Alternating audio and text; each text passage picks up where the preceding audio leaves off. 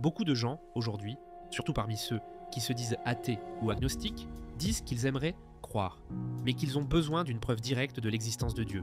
Ils disent « Fais-moi voir Dieu, et là je croirai ». Mais en réalité, cette demande montre une incompréhension totale du principe même de la foi. Parce que la foi, par définition, c'est justement croire sans voir.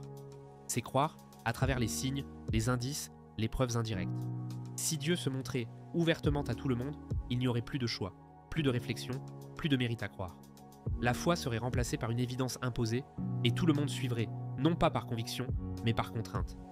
Or, la beauté de la foi, c'est de faire le choix de croire en Dieu, même sans le voir, simplement en reconnaissant ses traces dans le monde qui nous entoure. Ensuite, si on parle de logique, il faut se demander, est-ce qu'il est plus logique de croire en un seul Dieu ou en plusieurs ? Certains systèmes de croyance proposent des panthéons entiers de divinités, chacune avec ses pouvoirs, ses fonctions. Mais ça soulève énormément de problèmes. Déjà, comment les distinguer ? Qui décide de leur rôle ? Comment éviter les contradictions entre eux ? Et surtout, si ces dieux sont tous puissants, comment peuvent-ils coexister sans entrer en conflit ? Le monothéisme, lui, est simple, naturel et cohérent. Un seul Dieu, au-dessus de tout, sans égal, sans rival, sans besoin. Et quand on observe la cohérence de l'univers, la précision des lois physiques, la beauté de la nature ou la complexité de notre conscience, on comprend qu'il ne peut pas y avoir plusieurs volontés à l'origine de tout ça. C'est un ordre unifié qui témoigne d'un créateur unique. Les preuves indirectes sont partout autour de nous. Le Big Bang, l'expansion de l'univers, l'équilibre de la nature, le code génétique et la conscience humaine, ce sont autant de signes qui montrent qu'il y a derrière cette création une intelligence supérieure, une volonté, une intention. Ce n'est pas juste un hasard. Ce n'est pas une coïncidence cosmique. C'est trop parfait, trop précis, trop ordonné. Et même si tu ne vois pas Dieu avec tes yeux, tu vois ses œuvres. Comme on ne voit pas le vent, mais on voit ses effets. Comme on ne voit pas l'écrivain, mais on reconnaît sa main à travers les mots. Et puis il y a la question de la morale. Comment définir le bien et le mal s'il n'y a pas une justice ultime derrière ?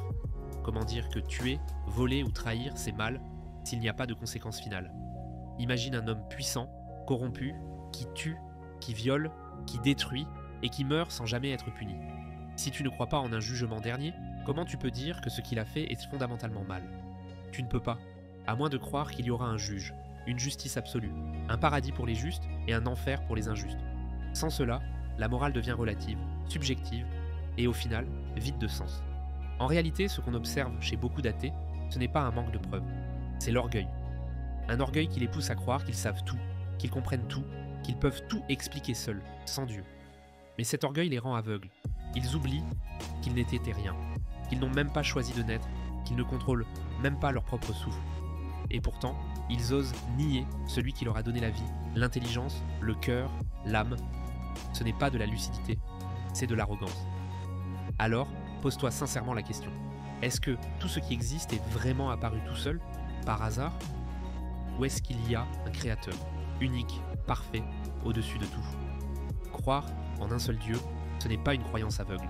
C'est une logique pure, une évidence pour celui qui réfléchit avec humilité et honnêteté.